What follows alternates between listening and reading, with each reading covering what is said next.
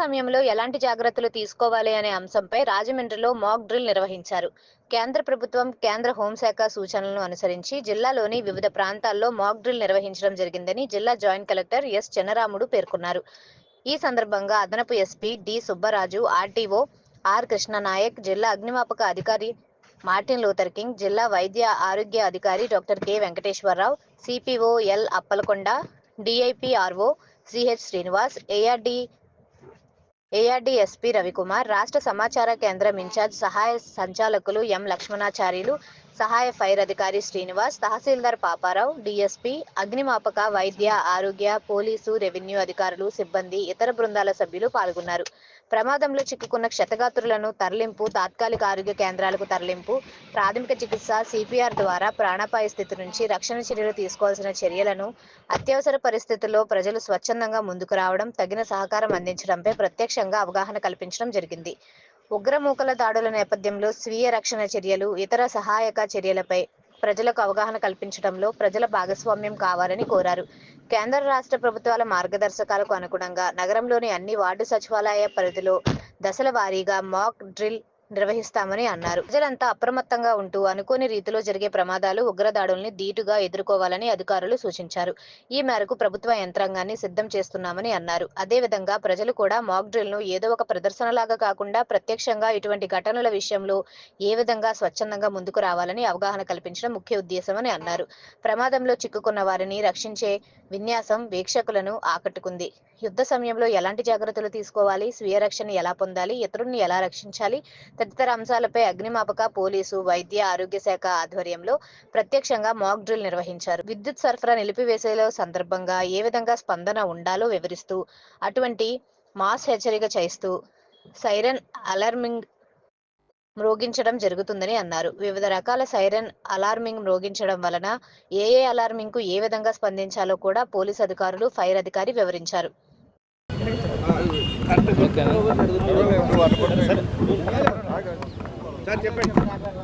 Okay అండి, అందరికీ నమస్కారం. మనం గవర్నమెంట్ మినిస్ట్రీ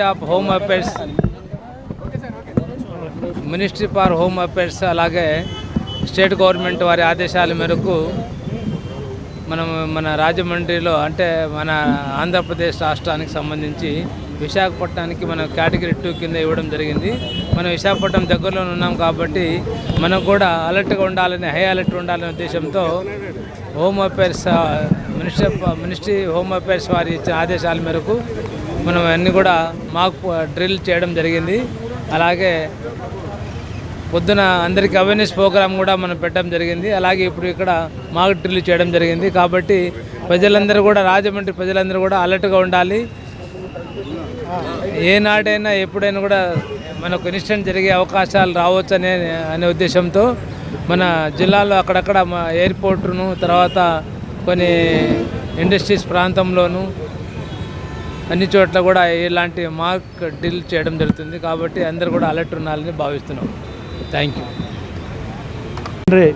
మొత్తం అన్ని మండలాల్లోని అన్ని పోలీస్ స్టేషన్ల పరిధిలో ఈ మాక్ డ్రిల్లు, దీని తాలూకా సెక్యూరిటీ ఆడిట్ గత 10 రోజుల నుంచి డీజీపీ గారి ఆదేశాలపై చేస్తూ ఉన్నారు.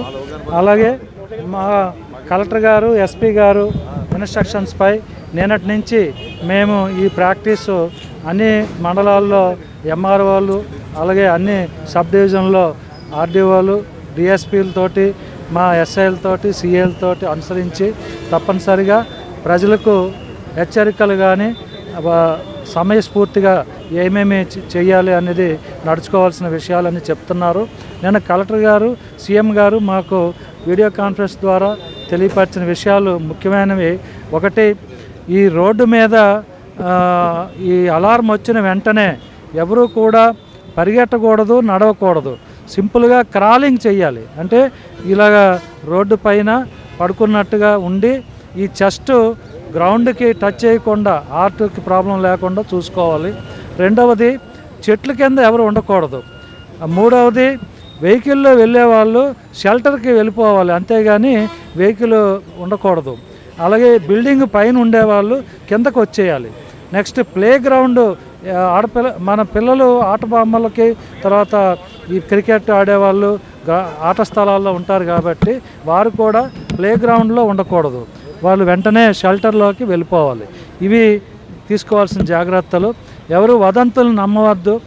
అలాగే సోషల్ మీడియాలో ఈ ఆర్మీ, పోలీసు వీరి తాలూకా ఈ స్టాండర్డ్ డ్రిల్ లేకపోతే స్టాండ్ టు డ్రిల్ అంటాము, వాటిని ఫోటో తీసి అవి సోషల్ మీడియాలో పెట్టి ప్రచారం చేయొద్దు. అందరూ నైతిక మద్దతు ఇవ్వండి. మన దేశానికి, మన ఆర్మీకి, మన బలగాలకి అందరికీ కూడా మనం నైతిక మద్దతు ఇచ్చి మన ఫ్యామిలీస్, కుటుంబాలకి కావాల్సిన రేషను అలాగే కావాల్సిన మెడిసిన్ అవి ఎమర్జెన్సీలో మనకు దొరకకపోవచ్చు కాబట్టి స్టోర్ చేసుకోవాలి. ఒక ఇనీషియల్గా 3 days, అలాగే తర్వాత 7 days అవసరాన్ని బట్టి మీకు వస్తుంది మెసేజ్, దాన్ని బట్టి మీరు ఫాలో అవ్వండి. అందరికీ శుభాకాంక్షలు అండి. ఈరోజు రెడ్ క్రాస్ దినము. అది మార్నింగు రెడ్ క్రాస్ ఎవరైతే వాలంటీర్స్ ఉన్నారో వాళ్ళందరూ ఇది ఒక పండగలా జరుపుకొని ఎవరికైనా క్యాజువాలిటీ ఉంటే వాళ్ళు రక్తదానం చేయడం కానీ లేదా వాలంటీర్ వర్క్ కానీ చేస్తున్నారు. సో వారికి కూడా ధన్యవాదాలు. థ్యాంక్ యూ అండి. మనకి హెవీ డ్యూటీ ఆర్సీసీ కట్టండి, దాంతో మనం ఏ విధంగా పనిచేస్తాం ఒకసారి మీరు పరిశీలించండి.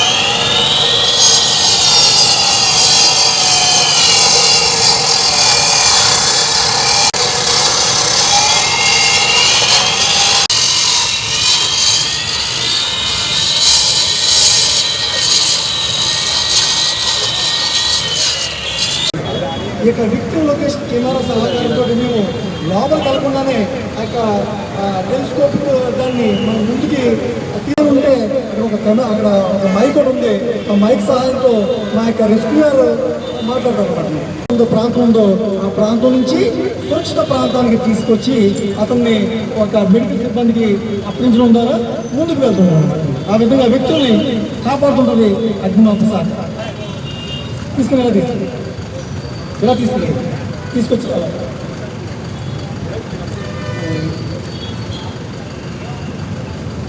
పరిస్థితుల్లో ఈ యొక్క దుప్పటి సహకారంతో ఒక ఫైర్ మ్యాన్స్ అందరూ కలిసి ఇలాగ బ్లాంకెట్ తోటి ఒక ప్రమాదకర స్థానం నుంచి సురక్షిత ప్రాంతానికి తీసుకొచ్చి మన మెడికల్ వారికి అప్పగించడం జరుగుతుంది.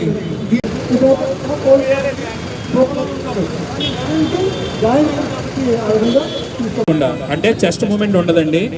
తర్వాత నెక్ దగ్గర కెరోటిడ్ ఆర్టరీ అని మనకు ఒకటి ఉంటుంది, పల్స్ చెక్ చేస్తాం అక్కడ అవుతాం. అయినప్పుడు బ్రీదింగ్ లేనప్పుడు ముందు పల్స్ చెక్ చేస్తామండి. పల్స్ కూడా లేదు అని తెలుసుకున్నప్పుడు నెక్స్ట్ ఇమీడియట్గా సిచ్యువేషన్ చూసుకోవాలి. మనం ఎన్విరాన్ అక్కడ సెలెక్ట్ చేసుకుని 2 చేతుల్ని దానిపైన అట్లా పెడతాం. మనం పెట్టి ఒక 3 inches డెప్త్కి వెళ్ళేటట్టు 3 inches నొక్కి మళ్ళీ దాన్ని పైకి వదలాలండి. అలా నొక్కుతానే ఉండకూడదు, నొక్కి పైకి వదలాలి. చుట్టుపక్కల ఎవరికన్నా హెల్ప్కి మనం అడగాలి. ఇంకొక పర్సన్ని హెల్ప్ కోసం ఇక్కడ మా హెచ్వి గారు ఉన్నారు, ఆవిడ 15 times చేస్తామంట. 1 minute బ్రీదింగ్ కూడా ఇస్తాం మనం. మీ అందరికీ బ్రీదింగ్ ఇవ్వాలని మ్యాండేట్.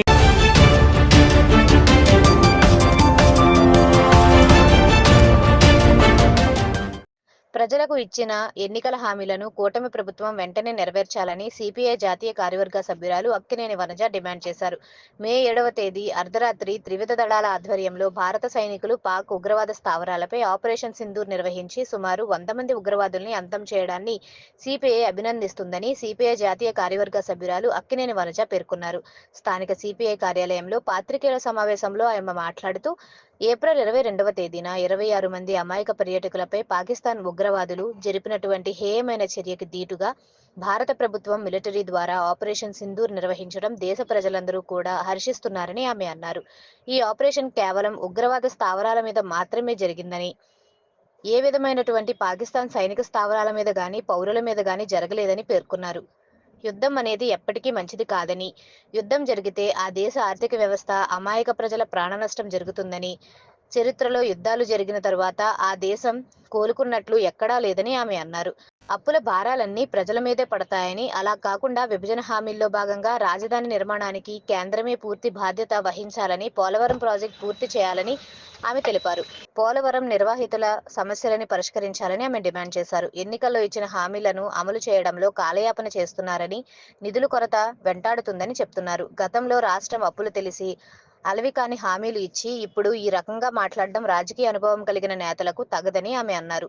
దండకారణ్యంలో ప్రాంతంలో జరుగుతున్నటువంటి కగార్ ఆపరేషన్ వెంటనే నిలిపివేయాలని, అమాయక ఆదివాసీల మావోయిస్టుల అణిచివేత పేరుతో అక్కడ ఆదివాసీల మీద జరుగుతున్నటువంటి మారణ హోమం పట్ల ఆందోళన వెల్లబుచ్చారు. మావోయిస్టు సమస్యని రాజకీయ సమస్యగా గుర్తించి పరిష్కరించాలని, ప్రభుత్వం ఆ వైపుగా చర్యలు తీసుకుని తక్షణమే ఈ ఆపరేషన్ ఆపివేయాలని ఆమె అన్నారు. ఈ విలేకరుల సమావేశంలో సిపిఐ జిల్లా కార్యదర్శి తాటిపాక మధు, సహాయ కార్యదర్శి కుండ్రపు రాంబాబు, రేఖ, భాస్కర్రావు, కార్యవర్గ సభ్యులు వి కొండలరావు, పి లావణ్య, పి త్రిమూర్తులు తదితరులు పాల్గొన్నారు.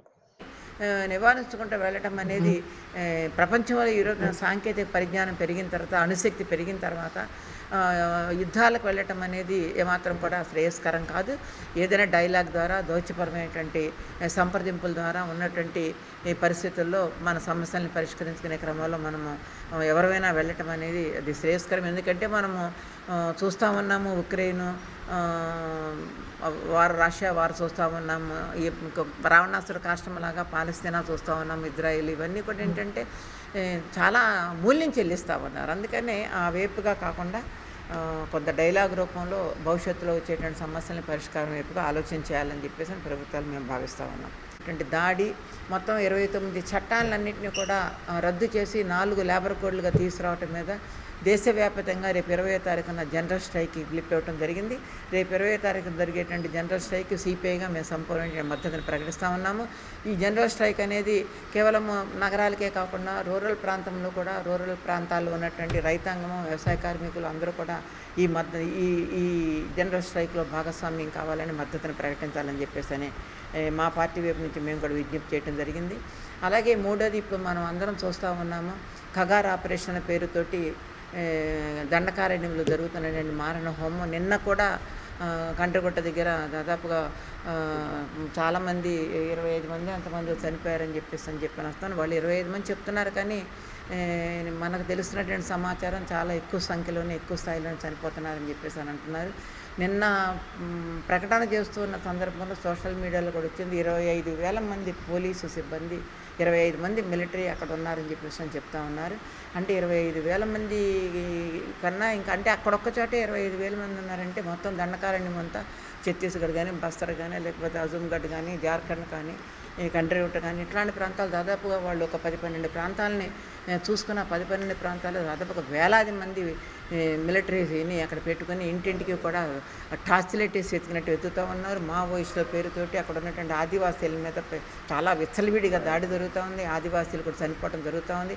ఇదంతా కూడా చాలా పెద్ద రాజకీయ కుట్రతోటే చేస్తూ ఉన్నారనేది మనకందరికీ స్పష్టంగా అర్థమవుతూ ఉంది. ఎందుకంటే అక్కడ దండకారణ్యంలో ఉన్నటువంటి ఒక ఖనిజమైనటువంటి సంపదని, అక్కడ ఉన్నటువంటి విలువైనటువంటి సంపదను అంతా కూడా పెద్ద పెద్ద వాళ్ళకి దోచిపెట్టాలనేటువంటి ఆలోచనతో అదంతా ప్రైవేట్ వాళ్ళకి అప్పచెప్పాలి.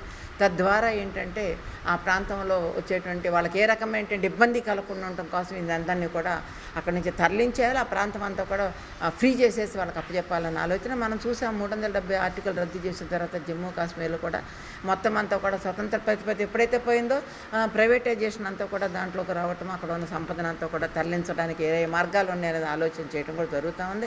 మణిపూర్లో అదే పరిస్థితి. అంటే ఎక్కడైతే సంపద కేంద్రీకృతం ఉంటుందో, ఖనిజ సంపద ఉంటుందో, ఖరీదైన సంపద ఉంటుందో, వనరులు ఉన్నాయో వాటన్నిటిని కూడాను లూటీ చేయడానికి, ప్రైవేట్ వాళ్ళకి అప్పచెప్పడానికి ప్రభుత్వం చాలా కాలంగా ఆ విధానాల్లోనే నడుస్తూ ఉంది. మొత్తం ప్రభుత్వ సంపదనంతా కూడా దోచిపెట్టేటువంటి ఆలోచనలు ముందుకు సాగుతూ ఉంది. దాంట్లో భాగంగానే ఇక్కడ కూడా ఆ రాజకీయ కోణంలోనే ఆ రాజకీయ కుట్ర, ఆర్థికపరమైనటువంటి కుట్రతోటి ఈ కగార్ ఆపరేషన్ కూడా చేస్తున్నారనేది చాలా స్పష్టంగా అర్థమవుతోంది. నిజంగానే ఇప్పుడు చూడమేమో ప్రారంభించి భావించిందే ప్రారంభించడము.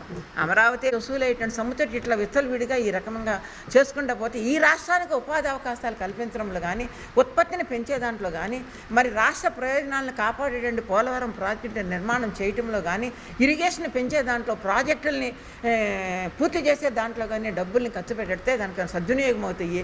కొన్ని ఎకరాల భూమి నీళ్లు పారుతాయి, వ్యవసాయ అభివృద్ధి చెందింది, ఆర్థికంగా మనకి రాష్ట్రానికి కొంత బలం ఏర్పడుతుంది. లేదంటే ఒక ఇండస్ట్రీ వస్తే బలం ఏర్పడుతుంది. కడప ఉక్కు ఫ్యాక్టరీ పెడితే ఆ చుట్టుపక్కల కొన్ని వేల మందికి యువతకు ఉద్యోగాలు వస్తాయి. ఇవి లేకుండా ఎక్కడ కూడా ప్రొడక్టివిటీని పెంచకుండా, ఏ రకమైనటువంటి ప్రాజెక్టులని నిర్మించకుండా ఏ రకంగా ఈ రాష్ట్రం అభివృద్ధి చేస్తారు అనేది అంత విజన్ ఉన్నటువంటి చంద్రబాబు నాయుడు కూడా ఏం ఆలోచిస్తున్నారేమో అర్థం కావట్లేదు. ఏమైనా ఈ రకమైనటువంటి చర్యలతోటి ఈ రాష్ట్రాన్ని మరొకసారి అప్పులమయం చేస్తూ ఉన్నారు. మొత్తం అంతా కూడా అప్పులమయం చేస్తాం. ఎందుకంటే ఆదాయం లేదు, అప్పులమయం చేస్తూ ఉన్నారు. మూడో విషయం, మనం సీరియస్గా ఆలోచించి 10 నెలలు అయిపోతుంది, ఇంకో 2 మాసాలకు సంవత్సరం అవుతా ఉంది. మీరేం చేయగలరు? ఏమంటే ఈ మధ్యకాలంలో ఆయన అన్నట్టు సెకీ ఒప్పందాన్ని రద్దు చేసుకోలేము అంటే ఆదాయాన్ని చూస్తే భయపడుతున్నారా మీరు? మిగతా చాలా చోట్ల ఆదాయాన్నితో చేసుకున్న ఒప్పందాలు రద్దు చేసుకున్నా, తమిళనాడు గవర్నమెంట్ రద్దు చేసుకుంది కదా, శ్రీలంక గవర్నమెంట్ రద్దు చేసుకుంది కదా, ఆస్ట్రేలియా గవర్నమెంట్ ఇతను చేసుకున్న ఒప్పందాలు రద్దు చేసుకుంది. ఎప్పుడైతే అమెరికా వాడు ఆదాని మీద కేసు పెట్టాడో ఆ రాష్ట్రంలో వాళ్ళందరూ కూడా మరి రద్దు చేసుకున్నారు కదా. నువ్వెందుకు భయపడతా ఉన్నావు? ఈ రాష్ట్ర ప్రయోజనాల కన్నా ఆదానితో ఒప్పందాలు నీకు ఎక్కువ, మోడీతోటి మంచితనం అది నీకు ఎక్కువ, మోడీ యొక్క కనుసన్నల్లో ఉండటం అనేది చంద్రబాబు నాయుడికి ముఖ్యం అని చెప్పేసి ఈ రోజున అందరూ కూడా ఆలోచించాల్సిన అవసరం ఉంది. ఈ విద్యుత్తు భారాలు అనేవి అంతకుముందు గతంలో 200 రూపాయలు కట్టేవాడు ఈ రోజున 600, 800 రూపాయలు కూడా కడతా ఉన్నాడు. చిన్న చిన్న కుటుంబాలన్నీ కూడా చాలా కుదేలైపోతాను ఈ విద్యుత్ ఛార్జీలు చూసి, విద్యుత్ బిల్లులు చూసి. కాబట్టి దీని మీద సరైనటువంటి ఒక శాస్త్రీయమైన పద్ధతుల్లో ఉండాలి. ఎప్పుడో 4 ఏళ్ళ నాడు 3 ఏళ్ళ నాడు 21లో కాల్చినటువంటి కరెంటు బిల్లుకి ఇప్పుడేదో మీరు వసూలు చేస్తానంటే ఇది మాత్రము కరెక్ట్ కాదు. అందుకని విద్యుత్ ఛార్జీల మీద పునరాలోచన చేయాలి. సెకీ ఒప్పందాన్ని రద్దు చేసుకోవాలి.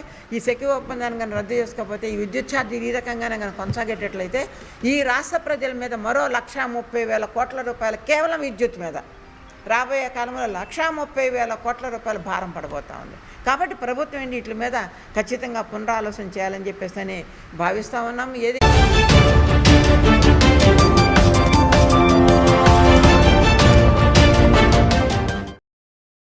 Rajahmundry Jampeta Lutheran aided high school నందు ప్రముఖ వ్యాపారవేత్త శ్రీ కొమ్మన శ్రీనివాస్ చే నిర్మించబడుతున్న విద్యార్థుల బోధనాశాల డైనింగ్ హాల్ కు శుక్రవారం రోజు మాజీ ఎమ్మెల్సీ ఆదిరెడ్డి అప్పారావు చే శంకుస్థాపన చేయించారు. ఈ సందర్భంగా ఆయన మాట్లాడుతూ 1845 సంవత్సరంలో మిషనరీల ద్వారా స్థాపించబడిన ఎంత ఘన చరిత్ర స్కూల్ను సందర్శించడం తన పూర్వజన్మ సుకృతమని, ఈ డైనింగ్ హాల్ నిర్మిస్తున్న దాత కొమ్మన శ్రీనివాస్ కుటుంబాన్ని ప్రత్యేకంగా అభినందించారు. ఈ స్కూల్ భవిష్యత్తులో కాలేజీగా మారాలని అభిలాషించారు. దానికి కావలసిన సహకారం అందించడానికి తాము ముందుంటామని తెలిపారు. ఈ పాఠశాలలో ప్రభుత్వం అందించే అన్ని వసతులతో పాటు విద్యార్థులకు ఉచితంగా రవాణా సౌకర్యం కల్పించిన పాఠశాల సిబ్బందిని అభినందించారు. ఈ సంవత్సరం నుండి ఇంగ్లీష్ మీడియం మరియు కంప్యూటర్ కోర్సులు ప్రారంభిస్తున్నందువలన అవకాశాన్ని పరిసర ప్రాంత ప్రజలు సద్వినియోగం చేసుకోవాలని పిలుపునిచ్చారు. పాఠశాల కరెస్పాండెంట్ ఎం ఐజయ్య అధ్యక్షతన జరిగిన ఈ కార్యక్రమం పాఠశాల హెచ్ఎం ఎం మేరీ పేరెల్స్, తెలుగుదేశం పార్టీ రాష్ట్ర కార్యదర్శి కాశీ నవీన్ కుమార్, నగర మైనార్టీ సెల్ అధ్యక్షులు సల్మాన్ జయరాజ్, పుచ్చాల రామకృష్ణ, షేక్ చాన్బాషా, బల్లా జీవన్, రెవరెండ్ షాలేం రాజ్, పాఠశాల secretary T Martin Sudhakar, D Durga Kishore, Kommana Srinivas, కుటుంబ సభ్యులు, పాఠశాల సిబ్బంది, విద్యార్థులు పాల్గొన్నారు. ఈ సందర్భంగా పాఠశాలలో సర్వమత ప్రార్థనలు నిర్వహించబడ్డాయి. పాఠశాల సిబ్బంది దాత కొమ్మన శ్రీనివాస్ని, మాజీ ఎమ్మెల్సీ ఆదిరెడ్డి శ్రీనివాస్ని, టీడీపీ రాష్ట్ర కార్యదర్శి కాశీ నవీన్ కుమార్ని శాలువా, పూల బొకేలతో సత్కరించారు. లోని లూథరన్ ప్రభుత్వ పాఠశాల జాంపేట దీనికి చాలా ఘన చరిత్ర ఉంది. 180 సంవత్సరాలంటే ఇక్కడ ఉన్నవాళ్ళు ఎవరూ కూడా పుట్టుండో అంత చరిత్ర ఉన్నటువంటి ఈ స్కూలు అంటే బ్రిటిష్ కాలం నాటి నుంచే అంతగా ముందు నుంచే ఉంది స్కూలు. దీని యొక్క ముఖ్య ఉద్దేశం ఏంటంటే పేద విద్యార్థుల్ని చదివించాలి, వాళ్ళకి ఫ్రీగా ఫీజులు లేకుండా చేయాలని ఒక దృఢ సంకల్పంతో ఈ స్కూల్ని నడుపుతున్నారు. సుమారుగా 500 మంది విద్యార్థులు ఇందులో చదువుకోవడం అన్నది మనం గమనించాలి. అలాగే ఈ రోజున అంతకుముందు దీనికి ఉన్నటువంటి కాంపౌండ్ వాల్ ఈస్టర్న్ సైడ్ది పడిపోతే ఓల్డ్ స్టూడెంట్స్ అందరూ కలిపి దాన్ని మళ్ళీ నిర్మాణం చేపట్టడం అంటే ఈ స్కూల్లో చదువుకున్నటువంటి విద్యార్థులుగా ఉన్నటువంటి కొంతమంది ఇంపార్టెంట్ పర్సన్స్ ఆ గోడని నిర్మాణ కార్యక్రమం చేపట్టడం కూడా మనం గ్రహించవలసిన విషయం. ఈ రోజున ఇక్కడ ఆ విద్యార్థులకి హాస్టల్ డైనింగ్ హాల్, ఇక్కడ భోజనం కూడా ఇక్కడ చదువుతున్న విద్యార్థులకి ఫ్రీగానే పెడతారు. ఫీజులు ఉండవు, భోజనం కూడా ఫ్రీయే, వీళ్ళకి ట్రాన్స్పోర్ట్ కూడా ఫ్రీయే. అన్ని విధాలుగా ఫ్రీగా ఏర్పాటు చేసినట్టు స్కూలు నా ఉద్దేశంలో ఈ రాజమండ్రి ఇది ఒకటే అని అనుకుంటున్నాను నేను. అది గురించనే ఈవేళ డైనింగ్ హాల్ నిర్మాణానికి కొమ్మల శ్రీనివాస్ గారు ఆయన సొంత ఖర్చుతోటే ఈ డైనింగ్ హాల్ని నిర్మాణం చేసి పెడతాను. పిల్లలు కింద కూర్చొని తిని కన్నా డైనింగ్ హాల్లో అయితే బాగుంటుందనే ఆలోచనలో చేయడం చాలా మంచి ఇవాళ శంకుస్థాపన చేశారు. ఆయన మనస్ఫూర్తిగా నేను అభినందిస్తున్నాను. ఇలాగ వదానీయులు రాకపోతే అందరూ అంతా ప్రభుత్వమే భరించాలంటే భరించడం కష్టం. ఇప్పుడు అంతా ఫీజులు లేవు, కొంచెం కూడా ఫీజులు లేవు. అలాగే భోజనం ఫ్రీ, ట్రాన్స్పోర్ట్ ఫ్రీ. ఇంతలా ఉన్నాయంటే కొంతమంది వదానీయులు ఓల్డ్ స్టూడెంట్స్ వచ్చి ఆదరిస్తేనే తప్ప ఈ స్కూల్ డెవలప్ కాదు. కానీ వాళ్ళందరూ ఆదరిస్తున్నారు కాబట్టే ఈ స్కూలు దినదినాభివృద్ధి చెందుతుంది. ఇది ఇంకా కాలేజీ లెవెల్ వరకు వస్తే బాగుంటుందేమో అని నేను అనుకుంటున్నాను. త్వరలోనే కాలేజీ లెవెల్కి చాలా గ్రౌండ్ ఉంది. ఈ గ్రౌండ్ లాస్ట్ 5 years పాపం వాళ్ళు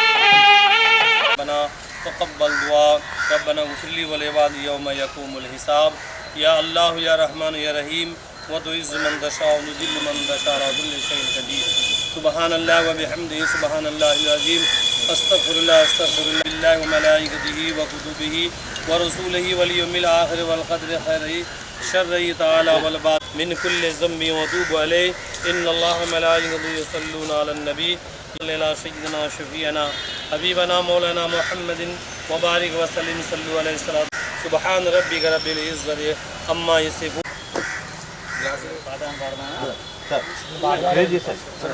परिशुद्धानि वार्नि पगलार वरदूतालैनानिन वरदू महिमा చెల్లును దయముగా పరిశుద్ధ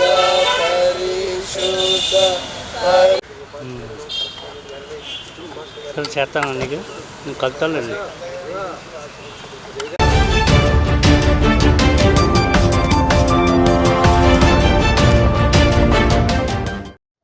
రాజమహేంద్రవరం కొత్తపేట రంభా ఊర్వశి థియేటర్ వద్ద మార్గాని భరత్ ఫౌండేషన్ ఆధ్వర్యంలో ఏర్పాటు చేసిన చలివేంద్రాన్ని మాజీ ఎంపీ వైఎస్ఆర్ కాంగ్రెస్ పార్టీ రాష్ట్ర అధికార ప్రతినిధి మార్గాని భరత్రాం శుక్రవారం ప్రారంభించారు.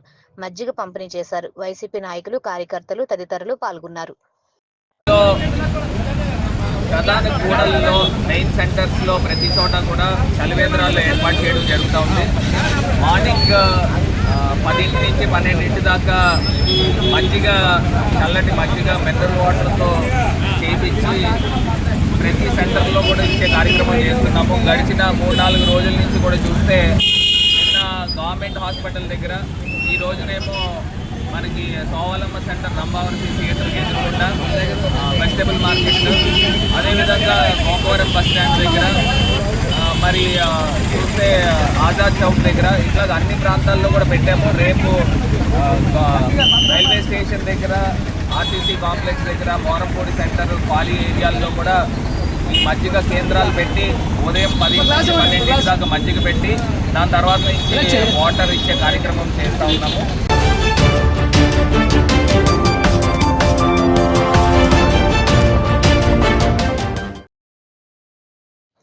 రెండో అన్నవరంగా ప్రసిద్ధి చెందిన ఆర్యపురం శ్రీ సత్యనారాయణ స్వామివారి దేవస్థానంలో శ్రీ సత్యనారాయణ స్వామివారి త్రయాహ్నిక దీక్ష దివ్య కళ్యాణ మహోత్సవాలు అంగరంగ వైభవంగా జరుగుతున్నాయి. గురువారం రాత్రి ఆలయ ప్రాంగణంలో శ్రీ రమా సత్యనారాయణ స్వామివారి కళ్యాణ మహోత్సవం జరిగింది. శ్రీ సత్యనారాయణ స్వామివారి సన్నిధిలో గురువారం సాయంత్రం 5:30 కళ్యాణ వేడుకలు ప్రారంభమయ్యాయి. కోలాటంతో ఊరేగింపు, తిరువీధి ఉత్సవం జరిగింది. 6 గంటలకు శ్రీ లలితా కళా నృత్య నికేతన్ చిన్నారులచే నృత్య ప్రదర్శన నిర్వహించారు. శ్రీ వైఖానస ఆగమం ప్రకారం శ్రీ రమా సత్యనారాయణ స్వామి వారి దివ్య కళ్యాణాన్ని ఆలయ వేద పండితులు అంగరంగ వైభవంగా జరిపించారు. మాజీ జడ్పీ చైర్మన్ జ్యోతుల నవీన్ కుమార్, లక్ష్మీదేవి, గార్లపాటి సూర్యనారాయణ, లక్ష్మీ నాగవెంకట రత్నమాల, శ్రీనివాస్, ధనుష్, మీనవల్లి కృష్ణమోహన్, వెంకటలక్ష్మి, బాల శ్రీనివాస్ ప్రసాద్, అరుణ, అరవ వెంకటేశ్వర్లు, నాగేశ్వరి దంపతుల చేతుల మీదుగా కళ్యాణ బ్రహ్మగా వ్యవహరించిన పివిజి రవిబాబు, ఆలయ అర్చక స్వామి పి సత్య శ్రీనివాసాచార్యులు, వైఖానస ఆగమ పండితులు పి పవన్ కుమార్ ఆచార్యులు, పి నిరంజనాచార్యులు, టిటిడి వేద పండితులు దువ్వూరి సూర్యప్రకాశ యజ్ఞేశ్వర సోమయాజులు, గాడేపల్లి వెంకటరమణ ఆనదానులు, సీతారామ శర్మ అవధానులు, గరిమెల్ల సుబ్రహ్మణ్య అవధానులు పర్యవేక్షణలో శ్రీ స్వామివారి కళ్యాణ క్రతువు జరిగింది. వేద పండితుల మంత్రోచ్చారణలో ఆలయ పరిసర ప్రాంతాలు మార్మోగాయి. భక్తులు పెద్ద ఎత్తున తరలివచ్చి కళ్యాణ మహోత్సవాన్ని తిలకించి స్వామి అమ్మవార్ల ఆశీస్సులు పొందారు. అనంతరం భక్తులు ప్రసాద వితరణ జరిగింది. జనసేన కార్పొరేషన్ అధ్యక్షుడు వై శ్రీను తదితరులు స్వామివారిని దర్శించుకున్నారు. ఆలయ మహోత్సవాలు జరుగుతున్నాయి.